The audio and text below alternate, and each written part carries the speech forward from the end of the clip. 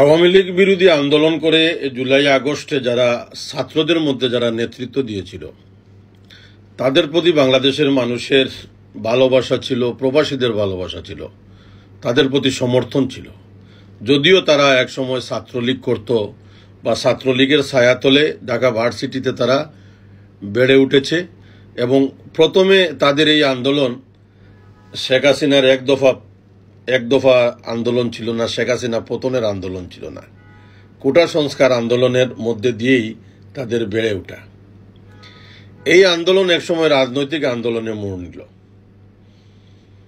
এবং সব শেষে যে ঘটনাটা ঘটল, ছাত্র জনতা এবং রাজনৈতিক দল মিলে আওয়ামী লীগের পতন হলো। আওয়ামী লীগ ক্ষমতাচ্যুত হলো। আপনারা অনেকের বিশ্লেষণ তো শুনেন, মাঝে মধ্যে আমিও বিশ্লেষণ করার চেষ্টা করি। এর আগেও 96 সালে আন্দোলনের মাধ্যমে বিএনপি সরকারের পতন হয়েছিল। 90 সালে আন্দোলনের মাধ্যমে জাতীয় পার্টির পল্লীবন্ধু এরশাদ জাতীয় পার্টির সরকারের পতন হয়েছিল। তো এইসব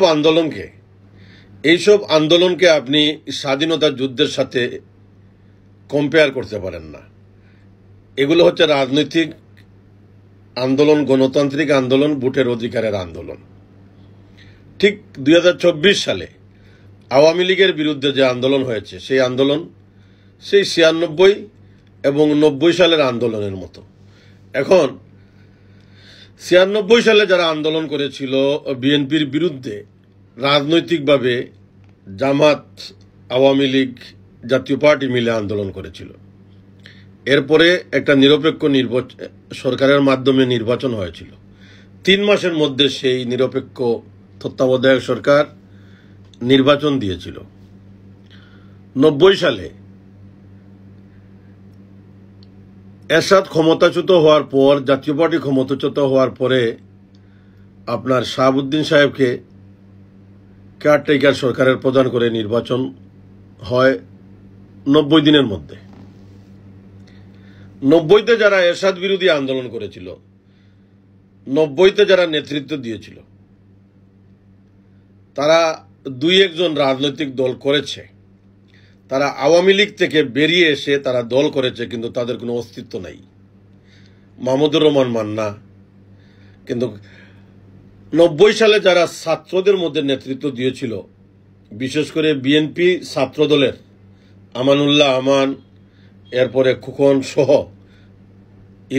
আমাদের ইলিয়াস আলী সহ যারা এরশাদ বিরোধী আন্দোলন করেছে, তারা কোনো দিনও আপনার এই দেশের ক্ষমতা, প্রশাসনের উপর নেতাগিরি এবং বিভিন্নভাবে বিভিন্ন রাজনৈতিক দলকে হয়রানি করা, টার্গেট করা, এগুলা ইলিয়াস আলীও করেন নাই, আমানুল্লাহ আমানও করেন নাই।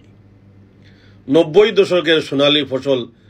এখন আপনারা তালিকা করুন বিএনপি এবং আওয়ামী লীগের মধ্যে, তৎকালীন ছাত্রলীগ এবং ছাত্র দলের মধ্যে যারা 90-এর লড়াকু সৈনিক ছিল, তাদের আদর্শ কিরকম, তারা এখন কোন পর্যায়ে আছে। কিন্তু আমরা 24-এ এসে দেখলাম মাত্র 4-5টা ছেলের কাছে বাংলাদেশ জিম্মি।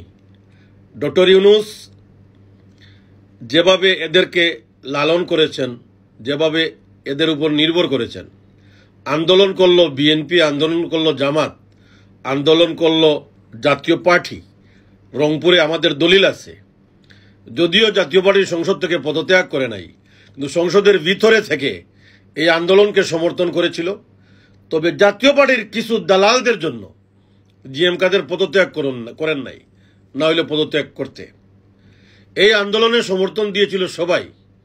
আমরা প্রবাসীরা সমর্থন দিয়েছিলাম, শ্রমিকরা সমর্থন দিয়েছিল, সর্বস্তরের মানুষ সমর্থন দিল। কিন্তু এখন এই মুহূর্তে দেখা যাচ্ছে যে ডক্টর ইউনূস 4-5টা ছেলেকে বাংলাদেশের মালিক বানিয়ে দিচ্ছেন।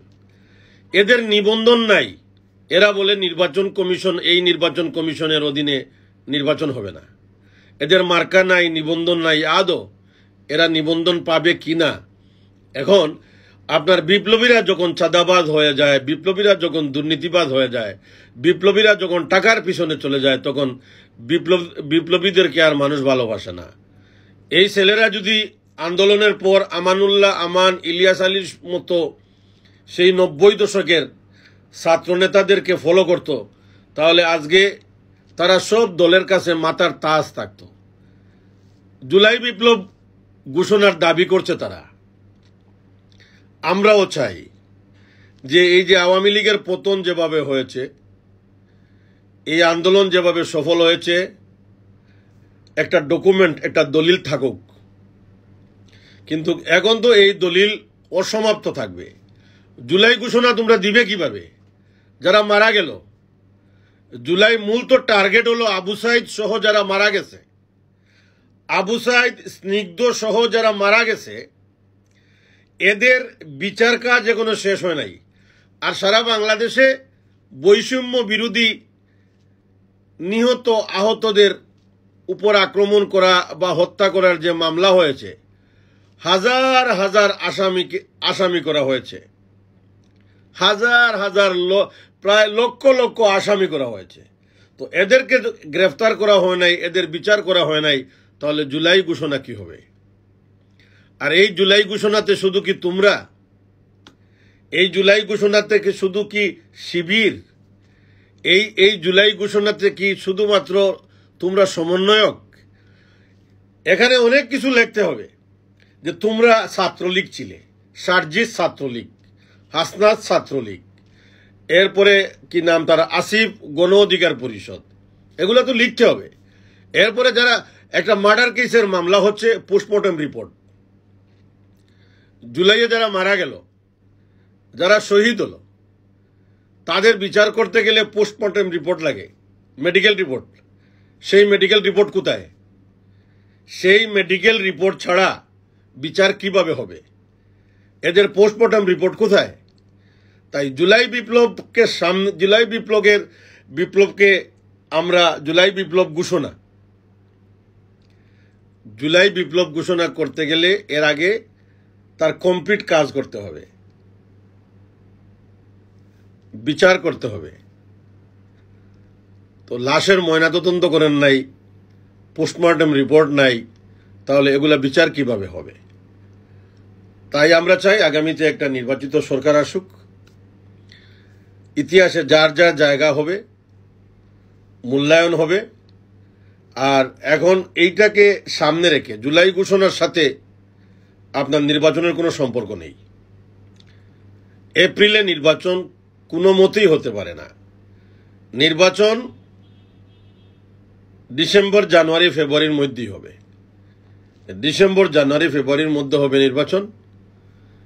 না হলে তো আর নির্বাচন হওয়ার, এপ্রিলে নির্বাচন হওয়ার কোনো সুযোগ নেই। পরিবেশগতভাবে এবং বাংলাদেশের আবহাওয়ার উপর নির্ভর করে এপ্রিলে কোনো মতে নির্বাচন হতে পারে না। এনসিপি বিলুপ্ত হয়ে যাবে। এনসিপি বলতে কিছুই থাকবে না। এনসিপি বলতে কিছুই থাকবে না। এনসিপির যে 4-5 জন যারা নেতৃত্ব দিচ্ছে, তারা জামাতের দাঁড়িপাল্লা নিয়ে নির্বাচন করবে, তাদের আর কোনো উপায় নাই। আর দেশের বাইরে থেকে যারা বিভিন্ন সময় প্রেসক্রিপশন দিত, দেশের বাইরে থেকে যারা উস্কানি দিত, দেশের বাইরে থেকে যারা এনসিপি চালাইত, এনসিপি দেশের বাইরে থেকে প্রেসক্রিপশন পেয়ে লাফালাফি করত, সেই দিন শেষ। তারা পাল্টি মারবে। দেশের বাইরে থেকে আর কোনো প্রেসক্রিপশন পাবেন না। যারা দেশের বাইরে থেকে এনসিপিকে উৎসাহ দিত, প্রেসক্রিপশন দিত, মব সৃষ্টি করত, যারা মব সৃষ্টি মূল হুতা, তারা পাল্টি মারছে। তারা এখন সুর পাল্টাচ্ছে। তারাও চায় নির্বাচন, তারাও চায় নির্বাচনের মাধ্যমে বিএনপি ক্ষমতায় আসুক। এটাই সত্য, এটাই চিরন্তন সত্য। নির্বাচন হবে ডিসেম্বর, জানুয়ারি, ফেব্রুয়ারির মধ্যেই। কারণ এর আগের যত 3টা তত্ত্বাবধায়ক সরকার ছিল, তারা 90 দিনের মধ্যে নির্বাচন দিয়েছে। এই সরকার এত লেট করবে কেন?